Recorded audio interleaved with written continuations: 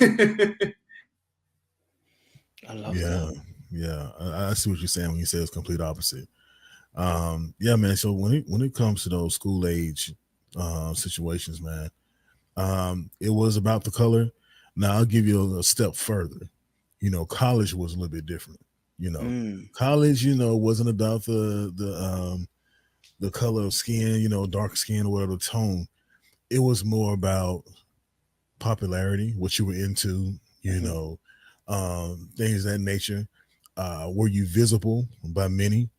If you were in your dorms all the time studying and doing what you're supposed to do, you may not get that much look, but if you're out social events, tailgate parties, things of that nature, then you're likely to do better when it comes to dating. So for me, college was good to me. I didn't have any problems when it comes to the ladies. I wasn't known as a ladies' man. I wasn't known as anything like that. I was just always known as a solid dude. I was very neutral. I knew some of the most popular guys. I knew some of the jocks. I knew some of the nerds. I knew everyone. I was cool with everyone. I didn't push anyone away. You know what I'm saying? Yeah. So college for me was pretty good. So those are my younger days. Yeah. That's a typical Sigma, though. A typical Sigma is who's cool with everybody, blood. Never has a problem with anyone. He can fit in every particular. We adapt so well, man. Adapt so well, man. That's so dope, man. You know what I'm saying? Yeah, fam, we're here, we're there, but we're still cool, man. When people ask you a question like, what do you really like about yourself? That's the biggest thing. Like my ability to adapt. If I'm talking about with anyone, it could be street thugs. Actually, I just adapt, man. Yeah. To the situation. I'm with you on that, Corey. And it's funny you even mentioned about street thugs. I remember when I moved to a certain area, I found I was gonna have some beef with some guy. The guy was like, "No, this guy's mad cool. Leave him alone, man." Yeah. I said, "What the frick is that?" It's just, bro. It's just you know what I mean. Know. You're just blessed that way.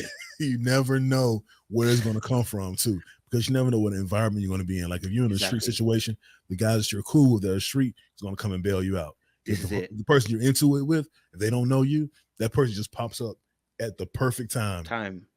And bails you out. Cool, don't worry about him, bro. Yeah, man. Saving your life, bro. That's a good spirit, man. To me, that's how I feel. That's a good spirit. So, yeah, definitely. I'm with you on that.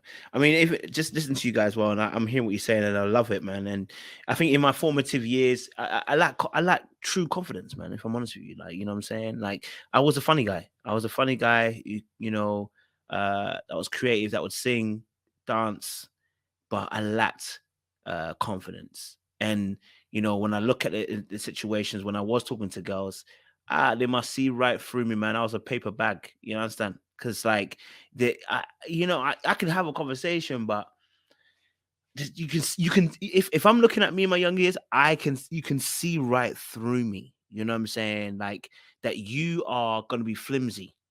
In fact, if any girl had dated me that I was liking, I'd have been destroyed. They would have killed me. Because I would have simped it out.